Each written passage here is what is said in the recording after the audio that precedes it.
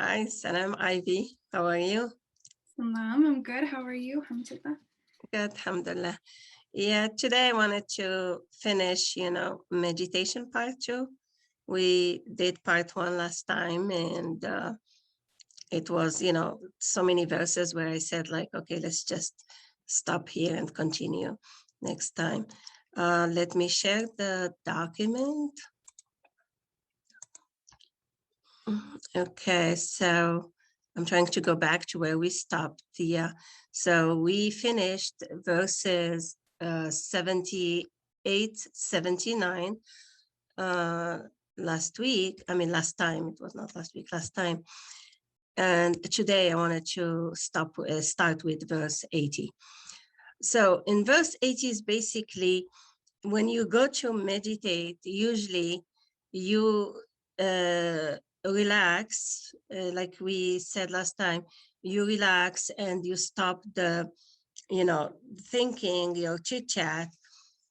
And usually after you do it for a while, you start to have an intent of what you want to discover from your meditation.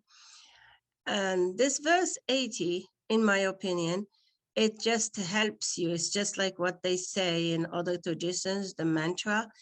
Here is also the same thing, is a prayer to lead you there.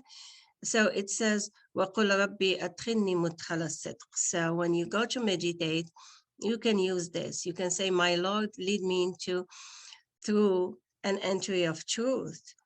And then lead me out to an exit of truth. So usually before you enter a new door, you exit from a door.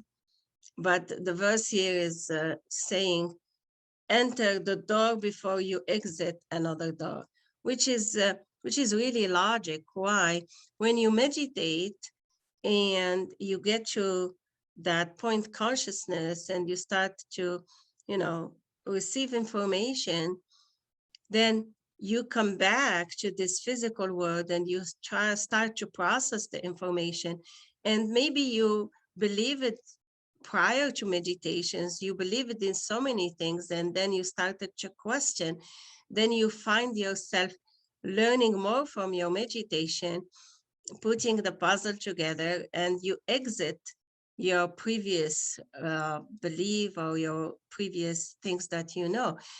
And it says at the end, grant me from you a supporting influence. I mean, Sultan is like authority, is like a proof. It's like you experience the truth, basically. And we can see it in the next verse, 81, where it says, وَقُلْ جَاءَ الْحَقُّ وَزَهَقَ الْبَاطِلِ, which means, the truth has come and falsehood has perished. So what is the truth is whatever you experience is the truth. Outside your own experience would be your believing someone else's truth. But when it is your own, it's really, it will be solid for you. It's your own experience. And the verse after that, 82, it says, وَنُنَزِّلُ مِنَ الْقُرْآنِ مَا هُوَ شِفَاءٌ وَرَحْمَةٌ. So you see, min al-Qur'an, from the Qur'an. So from the Qur'an, okay, if we look back, the previous verses of above that we saw them, وَمِنَ اللَّيْلِ فَتَهَجَّدْ, which is meditate, it will even help you to heal. It says shifa, healing, and mercy لِلْمُؤْمِنِينَ.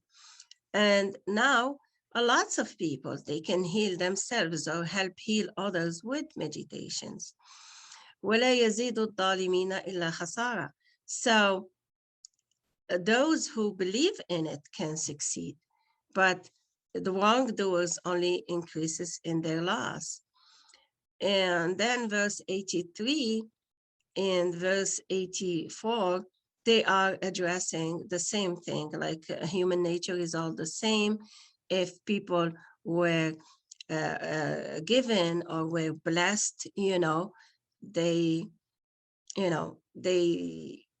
distance themselves or they deprive of giving to others, and then when they are in despair, uh, if they're hit by distress, they are very desperate. So this, I feel like these two verses are just like general about the human nature. And then I wanted to focus on the last verse, 85. Remember when I said when you meditate, you may hit point consciousness, and 85 here comes to as they come and they're going to ask the prophet about consciousness. So it says, like they will ask you about the ruh. Ruh is the essence, okay? The essence, the consciousness, okay? قل, say, الروح من أمر ربي. Like basically, consciousness is from my Lord's affair. And you were given only little knowledge. No one can come and claim that he has the entire knowledge of consciousness, okay? So we were only given a little knowledge of consciousness.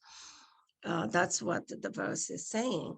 But how can you get to that point consciousness? You get to it through your meditation. So, and we can have a class about the consciousness, the word ruh in the Quran. Like I thought, I keep saying in my class, like I use the methodology of tartil. So we take each word and see this word in all the verses of the Quran. So I have another document where I collected all the verses of ruh, and we can go over them just so we can expand that notion of consciousness. After that, I explain how to meditate, and I believe this article is already on the website. So I would invite you and the audience to just go check how. Also, there's so many videos out there that they teach people how to meditate. Any questions? Before I get to questions, I just remember a point, a very important point. At first, people, when they start to meditate, they will always find it difficult. I can't stop thinking. It's not working. They cannot even sit still for 2-3 minutes. But this is something we need to work on it. It's just like how we work on our intellect, and we develop that side of us by going to school of our life. We develop that. To develop the intuitive side of us, we need to meditate and be very consistent about it. And with time, some people, it may take them a few months, some people take them years, whatever. But with time, we will learn to receive information even without going and sitting in that place where you're helping yourself to meditate and to calm yourself to that stillness. So then you may reach the point of parallel processing, where you can be receiving information even if you are not sitting in a quiet person and doing the breathing and all the processes of meditation. Any questions? That leads into my question, because in the verse it had said stillness, so I just wanted to clarify or build off your last point, that is that really focusing on mental stillness rather than the physical stillness? Because you had mentioned parallel processing. I also know there's people who go on walking meditations or meditate while they drive. So I just wanted to clarify that point a little bit on, is that just mental stillness or, physical stillness? It all depends. Like some people, they need to have that physical stillness to help them also with the mental stillness as beginners. So when you are a beginner, how to stop that chit chat is you sit down in a very relaxing place, you do your breathing, you do your mantras or whatever you choose to do to take you to that space. And you need to work on it a lot. Once you learn it and it becomes habitual, then you may not need the physical stillness, but you have that, you developed your intuitive side. It's not your intellect. That the information you're receiving is beyond your own chit chat, your own thought process. So it takes time, and I'm sure people will. I'm sure lots of good meditators, they know that they can share their experiences. And the new people, if you are new at meditation, you may just say, oh, I sit, I think for a little bit, and then I fall asleep. Well, that's okay. That's the norm. Everyone who start, they start like that. But with time, you're not going to fall asleep. With time, you can get to what they call out of body, but we are already out of body. Consciousness has always been, out of body. So then you'll start to receive information. Mhm. That clarifies. Okay. Okay, then. So I see you next time with a different topic, inshallah.